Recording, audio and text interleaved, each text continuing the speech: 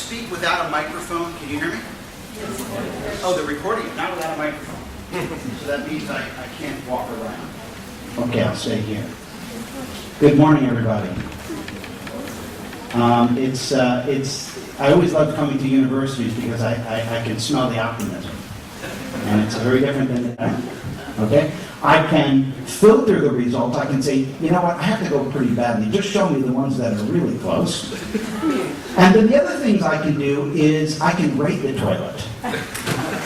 So you see how it has the star ratings there? I can put 1, 2, 3, 4, 5 stars, and I can rate it. So I can participate. I can make the database, the directory smarter, right? And if I find a WC that's not in the directory, I can add it myself, right? So it's a fairly brilliant idea. Is Charmin a brand here?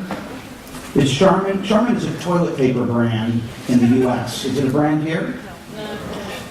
It's a brand of Procter & Gamble, and they distribute toilet paper, a very good company. I'm sure you've heard of them. And they sponsor this application. And they say, we got your back. Because they realize that we're approaching an age where people will filter out the news and information they don't want to hear from. I mean, if you think about it, Google is a filter. And you decide what you're going to look at based on your keyword search. TiVo. Raise your hand if you have a TiVo. Raise your hand if you know what TiVo is. Okay. So people are fast forwarding through the TV commercials in TiVo now, right? So they're filtering out the messages they don't want to hear from. How many of you have ever clicked on a display ad on a web page on purpose?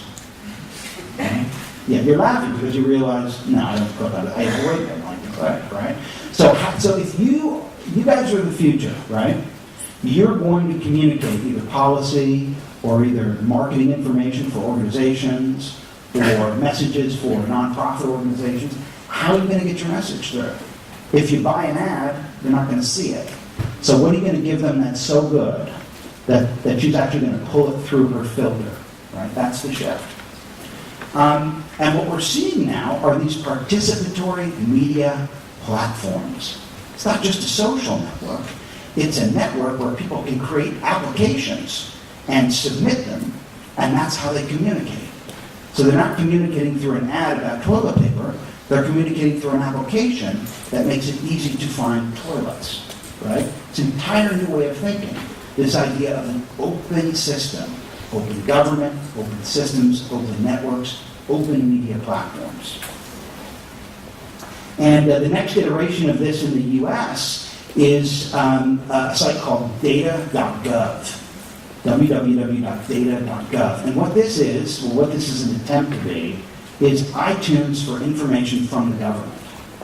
So now the government provides these raw data sets and these applications that you can subscribe to, and that's how you can get informed, right? Instead of listening to all the hand-waving of the politicians, or instead of, letting someone else interpret and analyze and put in context news information for you, you can actually see raw numbers.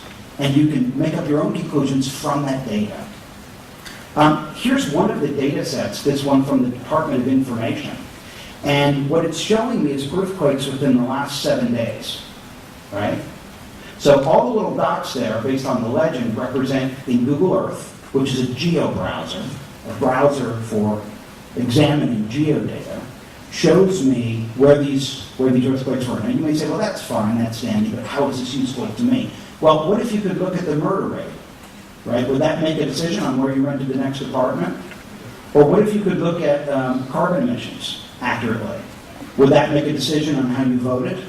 Or how you felt about the Copenhagen dialogue and global cap and trade, right? How can you figure out a way to provide information into these open systems that allows people to make the information better? So ancient Greece had the oracle at Delphi, right? We've had tea leaves, right? Ways of seeing into the future. Right now, we have Google. And Google tells us exactly what is important to people. Here I'm looking at Google Trends, and I'm searching a number of different issues here. I'm searching global warming. I'm searching solar power. I'm searching human rights. I'm searching HIV, and I'm searching N1H1. And what I'm looking at is the number of times other people search those terms in Google. I'm using a tool called Google Trends to do it. And on the bottom of the screen, I can sort by issue, and I can see in what parts of the world people are searching for these terms most. And now I can see what issues are most important to people, right? It's not just what one person thinks is important, it's what the crowd thinks is important. This was a story that ran in magazine Wired magazine, which is my favorite magazine. If you don't have a subscription to Wired, I think you should get one right away. And this was a cover story that ran, and the name of the article was The End of Theory. And the idea of the article was that the days of focus groups and trying to determine what people think based on a sample and extrapolating that is over. That we live in a world with real data now, and that you can actually look at that data and see what's important to people. It's not what one person thinks is important, it's what the people really think is important. And if you think about that, it redefines the notion of pop culture, right? When I was younger, if there was a music critic who said that a new album was great, that had influence, that mattered. But today that doesn't matter. What matters now is what album most people are buying, right? So rather than this expert or this pundit sitting in an ivory tower telling us what's important, we can see what genuinely is important to the people. So here I'm going to show you 4 graphs. These are graphs on discussions in the blogosphere around the electoral protests in Iran. Okay? So the first graph I'm going to show you here, I'm looking at the number of times the word Mousavi, Ahmadinejad, and Iran elections appeared in blog posts. And I can see that most people are talking about Ahmadinejad, then Mousavi. And this was around the time when they had announced that he had won the election by a third. And you can see the discussion is about a third for Ahmadinejad over Mousavi. And then when you drill down a little further, and let me just see what these terms are, excuse me. So now I'm looking at 3 terms. I'm looking at the term divine assessment. Okay, Khomeini, who's the spiritual leader, had said the reason that Ahmadinejad won is because it was a divine assessment. Okay, so I'm looking at the number of times people actually use divine assessment in blog posts versus how many times they used Khomeini in a blog post versus how many times they used Iranian Revolution in a blog post. And I can see the blue line on the bottom is divine assessment. So nobody bought it, right? Here's the government saying it was a divine assessment. No one's talking about it. It didn't resonate. I can see what people really were talking about.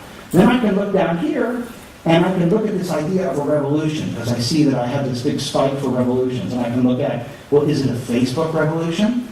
Is it a Twitter revolution? Or is it a green revolution? Because I'm sure as many of you know, Mousavi's campaign color was green. And so this uprising on the internet was being referred to as a green revolution. Nothing to do with renewable energy. And we can see that the green revolution is what people were talking about. So now I can get a baseline as it's happening on what's really important to people. And then I was able to find some of the areas where the protests were. And I looked at the names of those protests on the blogosphere, and I could see which cities most people were talking about the protests in. All right? And when I actually went onto Wikipedia and checked out those cities, they happened to be college towns, or towns that were far enough away from Tehran that the Bazaji riot police wasn't much of a factor. But this is all open source information that's available for me. I don't have to wave my hands and extrapolate about what's happening over there. I can read and see. Right? And we also have, we have hard data on disturbances as well. Right? You may not trust Twitter, you may not trust Facebook, but this is pretty hard not to trust. When I was examining this data, I saw that in the first 5 days of the uprising, there were 3,500 photographs uploaded to Twitter with keyword Iran in them, or Iran elections. During the same period the previous year, little more than a third of that. Right? So now what I can do is I can start to triangulate truth by looking at discussions in the blogosphere, against photos on Flickr, being posted on Flickr, and now I'm getting my information in real time from the people. There's no filter there. It's totally open. And we also see how protest